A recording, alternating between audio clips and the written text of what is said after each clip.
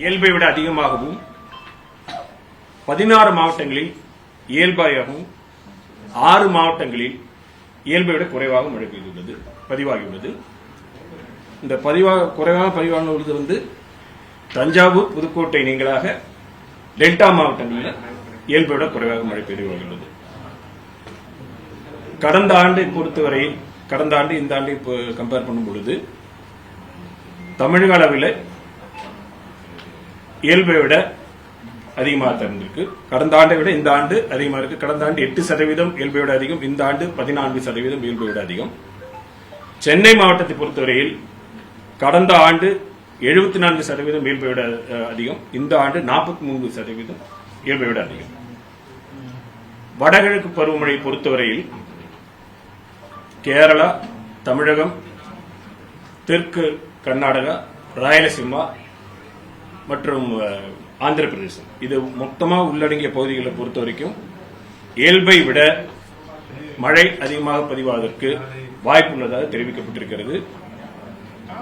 தமிழக பகுதியில் பார்க்கின்ற பொழுது வட தமிழகத்தில் இயல்பிலிருந்து இயல்பை விட அதிகமாக பதிவாவதற்கு வாய்ப்புள்ளது. தென் தமிழக பகுதிகளில் இயல்பை விட குறைவாக மழை பதிவாக வாய்ப்புள்ளது. பொதுவாக பருவமழையை பொறுத்த வரைக்கும் குளோபல் ஸ்கேல்ல இருக்கக்கூடிய உலக அளவில் பிற பகுதிகளில் நடக்கக்கூடிய நிகழ்வுகள், இப்போ எல் நினோ லா நினாங்கிற மாதிரி நிகழ்வுகள் மற்றும் ரீஜனல் லெவல்ல ஐஓடி என்று சொல்லக்கூடிய நம்ம மண்டல பகுதியில் நடக்கக்கூடிய நிகழ்வுகள் மற்றும் லோக்கல் ஸ்கேல்ல இருக்கக்கூடிய நிகழ்வுகள் இதெல்லாம் சேர்ந்துதான் இது பண்ணுவாங்க. அந்த வகையில் பார்க்கின்ற பொழுது வடகிழக்கு பருவமழை பொறுத்தவரையில் லானினா என்பது ஒரு முக்கிய எல் நினோ லானினா என்பது முக்கிய இதுவாக கருதப்படுகிறது, காரணியாக கருதப்படுகிறது. நம்ம இந்த படத்தை பார்க்கும் பொழுது செப்டம்பர் மாதத்தில் இப்பொழுது முழுமையாக நிலநடுக்கோட்டை ஒட்டியுள்ள பசிபிக் கடல் பகுதியில் வெப்பமானது இயல்பை விட குறைவாக இருக்கிறது. லானினா உருவாவதற்கு கிட்டத்தட்ட 80% வாய்ப்பு இந்த அக்டோபர், நவம்பர், டிசம்பர் மாதத்தில் 80% வாய்ப்பு அதிகம். ஆனாலும் கடந்த 1940 2021 வரைக்கும் எடுத்துக்கிட்டீங்கன்னா 82 ஆண்டுகளில் கிட்டத்தட்ட 42 ஆண்டுகள் லானினா வருடம். அந்த 42 வருடங்களில் 23 வருடங்கள் இயல்பாகவும் 13 வருடங்கள் இயல்பை விட குறைவாகவும் 6 வருடங்கள் இயல்பை விட அதிகமாக இருந்திருக்கு. கிட்டத்தட்ட 69% இயல்பு மற்றும் இயல்பை விட அதிகமாக இருந்திருக்கிறது, வாய்ப்பு இருந்திருக்கிறது.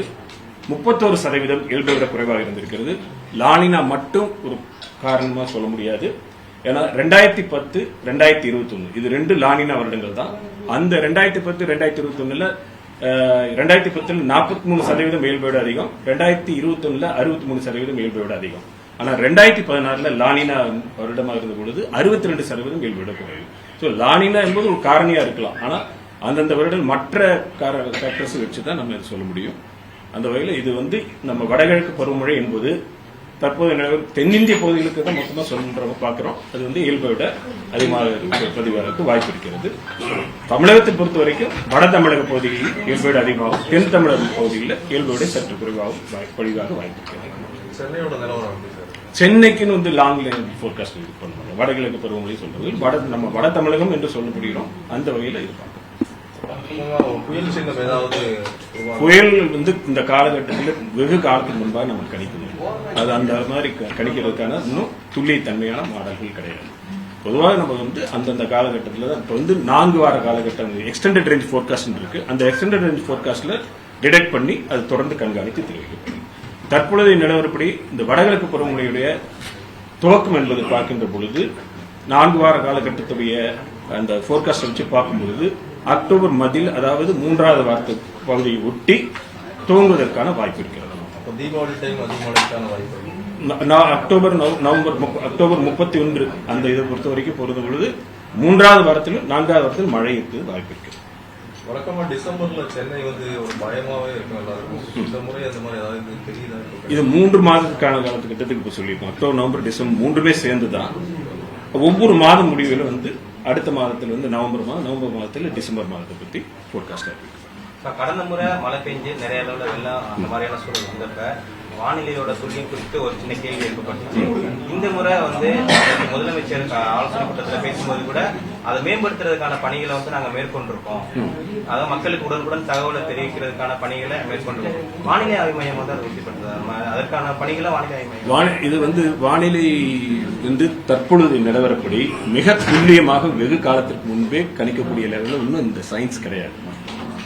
ஒரு இப்போ இருக்கக்கூடிய நிலையில பாத்தீங்கன்னா வந்து 10 முறை நம்ம ஃபோர்காஸ்ட் பண்றோம்னு 7 முறை சரியா இருக்கல, 3 முறையில் சொன்னது தவறாகவும் நடக்கலாம், சொல்லாததும் நடக்கக்கூடிய சூழ்நிலை இருக்கு. தற்போது நிலவரப்படி நீங்க பாத்தீங்கன்னா என்ன குறுகிய காலத்தில் மிக அதிக கனமழை நிகழக்கூடிய நிகழ்வுகள் தான் நடந்துட்டு.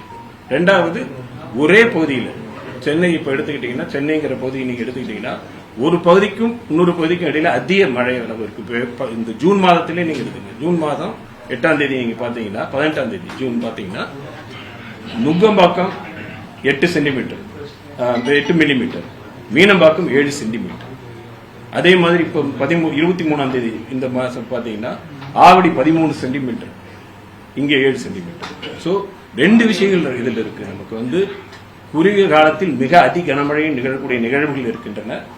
மேலும் ஒரு சென்னை மாதிரியான நகரங்களை பொறுத்தவரையில் ஒரு பகுதிக்கு இன்னொரு பகுதிக்கு அதிக வேறுபாடுகள் இருக்கு. இவற்றெல்லாம் கணக்கில் எடுத்துதான் நம்ம இது பண்ணணும். தொடர்ந்து கண்காணித்துட்டு இருக்கோம். அதற்கான நடவடிக்கைகளும் மேற்கொள்ளும். அட்வான்ஸ்டு ரேடார் தரதா சொன்னாங்க, வந்துச்சா? இந்த சென்ட்ரல் கவர்மெண்டே கூட தரதா சொல்லிருக்காங்க. ரேடார், அதாவது ரேடார்கள் வந்து நம்ம நிறுவிட்டு இருக்கிறது, அது இது பண்ணிட்டு இருக்கோம். இந்த சென்னைக்குன்னு நம்ம இது பண்றோம். சென்னையோட ரேடார் இப்ப இருக்கு நம்மள்ட்ட. வந்து எக்ஸ்பேண்ட் ரேடார் இருக்கு, எக்ஸ்பேண்ட் ரேடார் இருக்கு நம்மள்ட்ட. 2 ரேடார் நம்மள்ட்ட இருக்கு. ஸ்ரீஹரிகோட்டாலே ரேடார் அது இயங்கிட்டு இருக்கு.